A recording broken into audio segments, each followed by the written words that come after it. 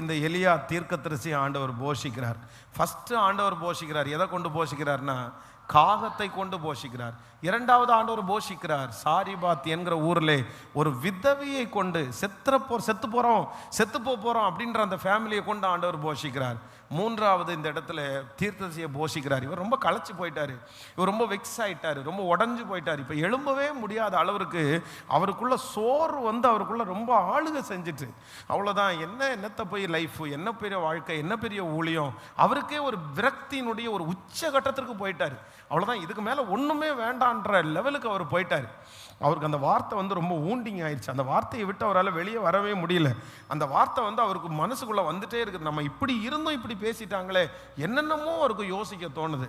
அப்படி ரொம்ப டவுனாக போய் படுத்து இனி சாப்பாடே வேண்டாம், பேசாமல் இது சாப்பிடாம செத்து போயிடலாம் அப்படின்ற அளவுக்கு அவர் போயிட்டார். ஆனால் ஆண்டவர் என்ன பண்ணுறாருன்னா, இல்லை உனக்கு நான் ஒரு போஜனத்தை கொடுக்க போகிறேன், உன்னை நான் பலப்படுத்த போகிறேன்னு சொல்லி ஆண்டவர் தூதர்களை கத்தர அனுப்பி, ஒரு தூதனா ஆண்டவரை அனுப்பி அவனுடைய தலையின் மாட்டிலே அடையையும் தண்ணீரையும் வச்சுட்டு நீ எழுந்திருந்து போஜனம் பண்ணு, நீ எழுந்திருந்து போஜனம் பண்ணு. அவ்வளோதான். ஃபஸ்ட் டைம் போஜனம் கொடுத்தாரு. அவன் அந்த சாப்பாடை சாப்பிட்டுட்டு படுத்து தூங்கிட்டான். அந்த தூதன் விடாமல் ரெண்டாவது டைமும் அவனுக்கு அதே மாதிரி ஆகாரம் கொடுத்து நீ போக வேண்டிய தூரம் வெகு தூரம் என்றார். ஹல்லேலூயா.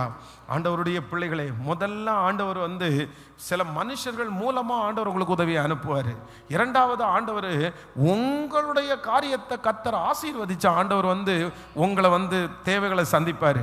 மூன்றாவது நான் நம்புகிறேன், ஆண்டவர் உங்களை தேவைகளை சந்திக்கணும்னு நினச்சாருன்னா வானத்திலிருந்து கத்தர் பொக்கிஷத்தை அனுப்பி, அறியாத இடத்திலிருந்து ஆண்டவர் உதவியை அனுப்பி, நேருக்கு நேர் கத்தரே உங்களுக்கு இடைப்பட்டு அற்புதம் செய்கிறதுக்கு, தேவைகளை சந்திப்பதற்கு ஆண்டவர் வல்லவராயிருப்பார். ஹல்லேலூயா.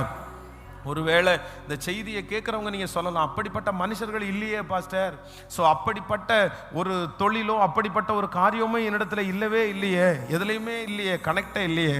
ஆனால் அப்படிப்பட்டவருடைய உதவி ஆண்டவர் எங்கே அனுப்புவார் அப்படின்னா, உன்னதத்திலிருந்து அனுப்புகிறதற்கு, பரலோகத்திலிருந்து அனுப்புகிறதற்கு.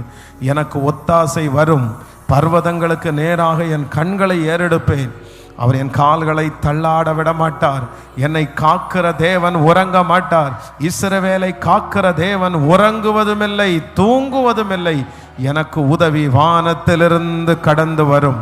உன்னதமான தேவனிடத்திலிருந்து அந்த உதவியை எனக்காக அவர் அனுப்புகிறதற்கு கர்த்தர் வல்லவர். ஹல்லேலூயா.